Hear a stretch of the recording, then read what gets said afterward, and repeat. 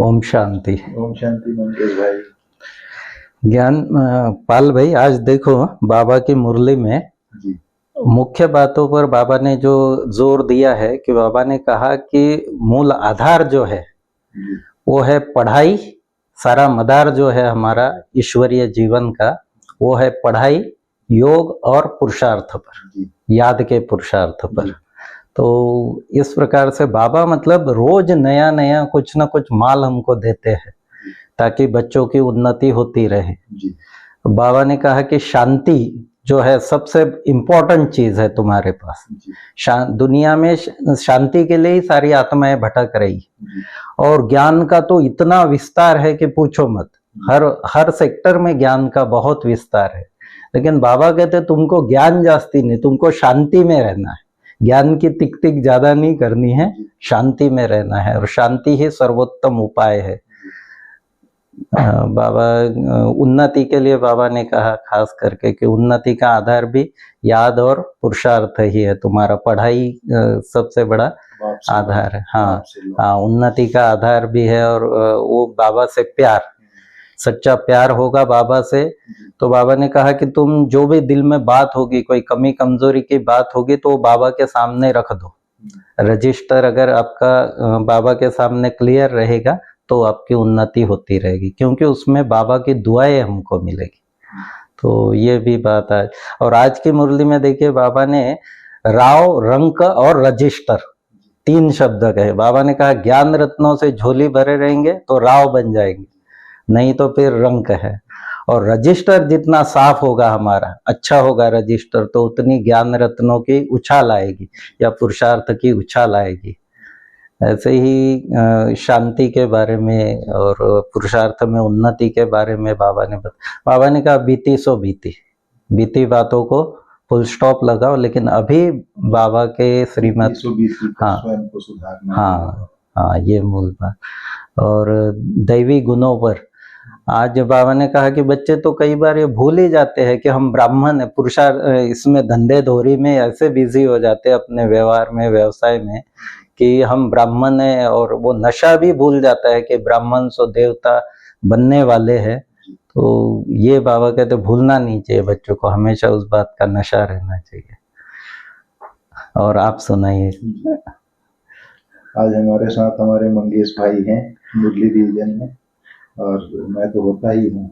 आज हमारे ईश्वर भाई बाहर गए हुए हैं।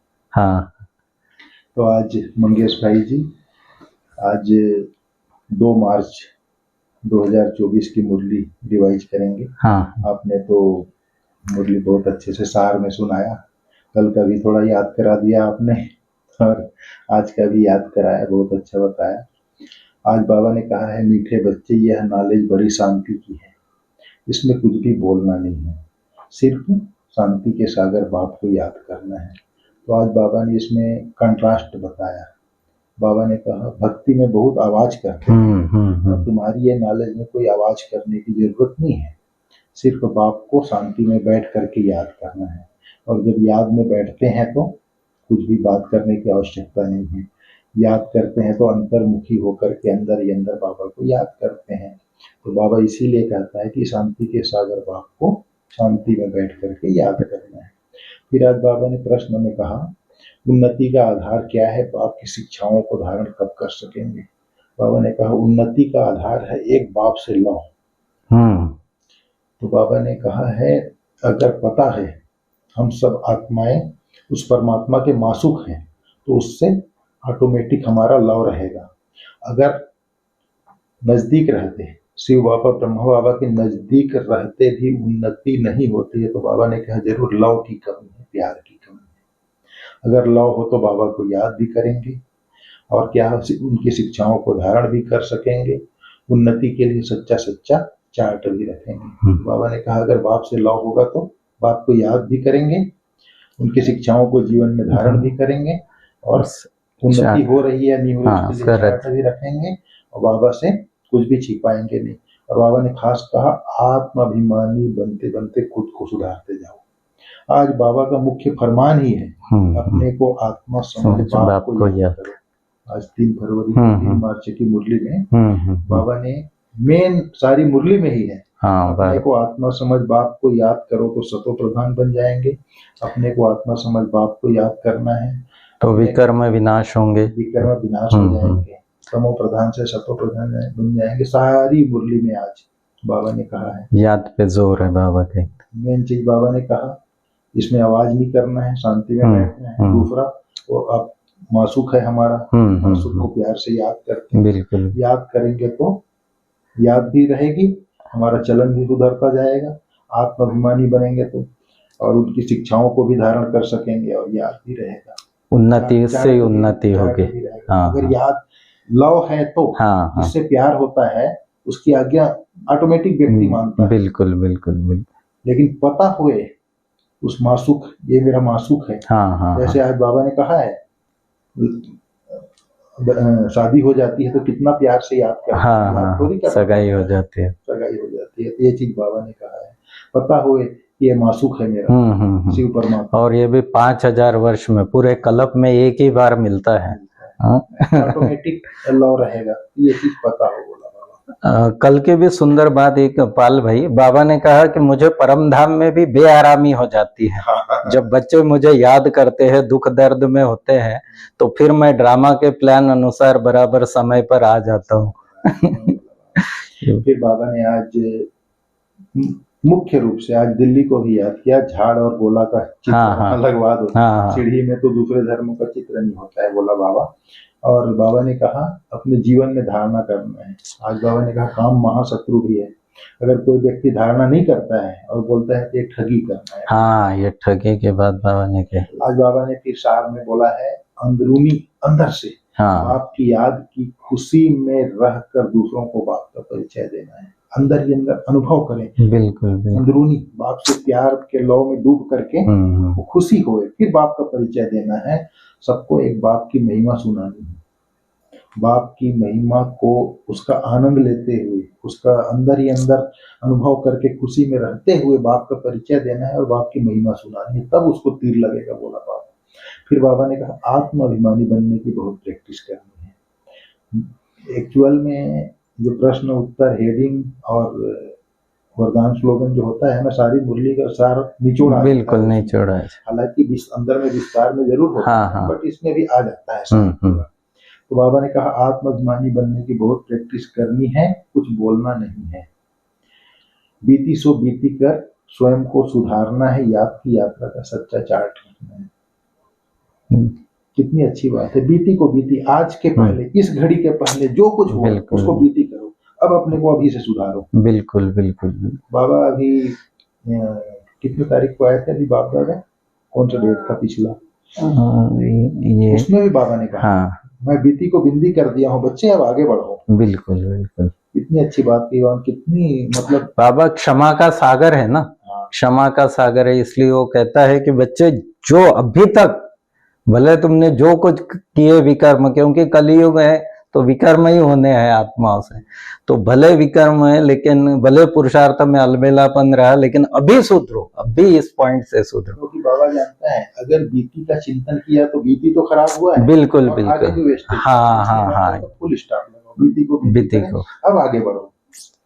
ये बात बाबा कहता है। आज बाबा ने वरदान दिया है, ब्राह्मण जीवन में वैरायटी अनुभूतियों के द्वारा रमणीकता का अनुभव करने वाले संपन्न आत्मा हो। बाबा ने कहा जीवन में हर मनुष्य आत्मा की पसंद वैरायटी है, और तो सारे दिन में भिन्न भिन्न संबंध, भिन्न भिन्न स्वरूप की वैरायटी अनुभव करो तो बहुत रमणीक जीवन का अनुभव करेंगे।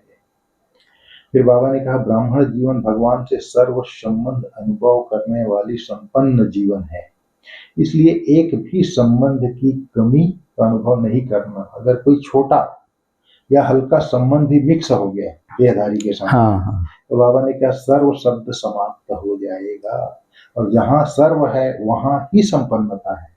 अगर दूसरा मिक्स हो गया तो संपन्नता नहीं रहेगी। इसलिए सर्व संबंधों से स्मृति स्वरूप बनो। वैरायटी अनुभूति है। बिल्कुल बिल्कुल। अभी 3 दिन से बाबा का वरदान जो है ना, वो लगभग इसी प्रकार का चल रहा है। कल भी बाबा ने कहा कि अपने अलग अलग स्वरूप का, जैसे ऑफिस में बैठे हैं तो बाबा को ऑफिस का अपना बॉस समझ के बाबा को याद करो, या ऑफिस की कुर्सी पर बैठे हैं तो ऐसे समझ के करो कि आत्मा भ्रुकुटी के सिंहासन पर बैठी हूँ। तो ऐसे अलग अलग वेराइटी अनुभव के द्वारा याद की यात्रा को बढ़ाओ, और उस रमणीकता रहेगी। एक कंटिन्यूस एक ही एक चीज रहेगी तो बोरिंग हो जाएगा, फिर आप थोड़ी देर दिन करेंगे और फिर छोड़ देंगे। लेकिन ये बाबा की बहुत बड़ी विशेषता, बाबा कहता है कि हर सेकंड हर घड़ी में कुछ नवीनता लाओ।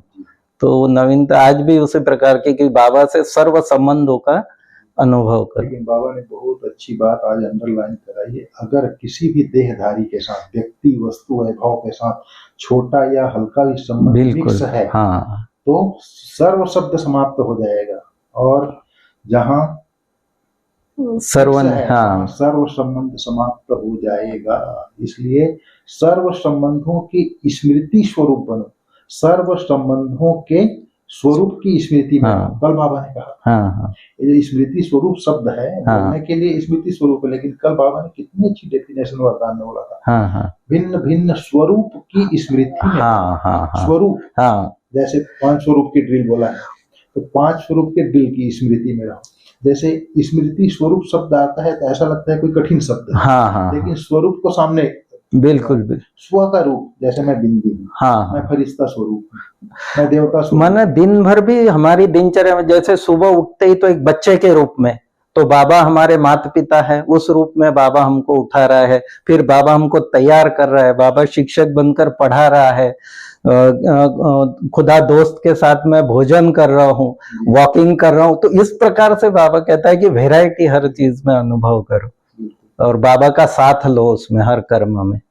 तो अभी समय को देखते हुए कोई भी देह के संबंध, देह के पदार्थ, व्यक्ति, वस्तु, वैभव थोड़ा भी छोटा या हल्का जो है मिक्स नहीं करना है। अभी समय क्या है, तो समय बीतता जा रहा है।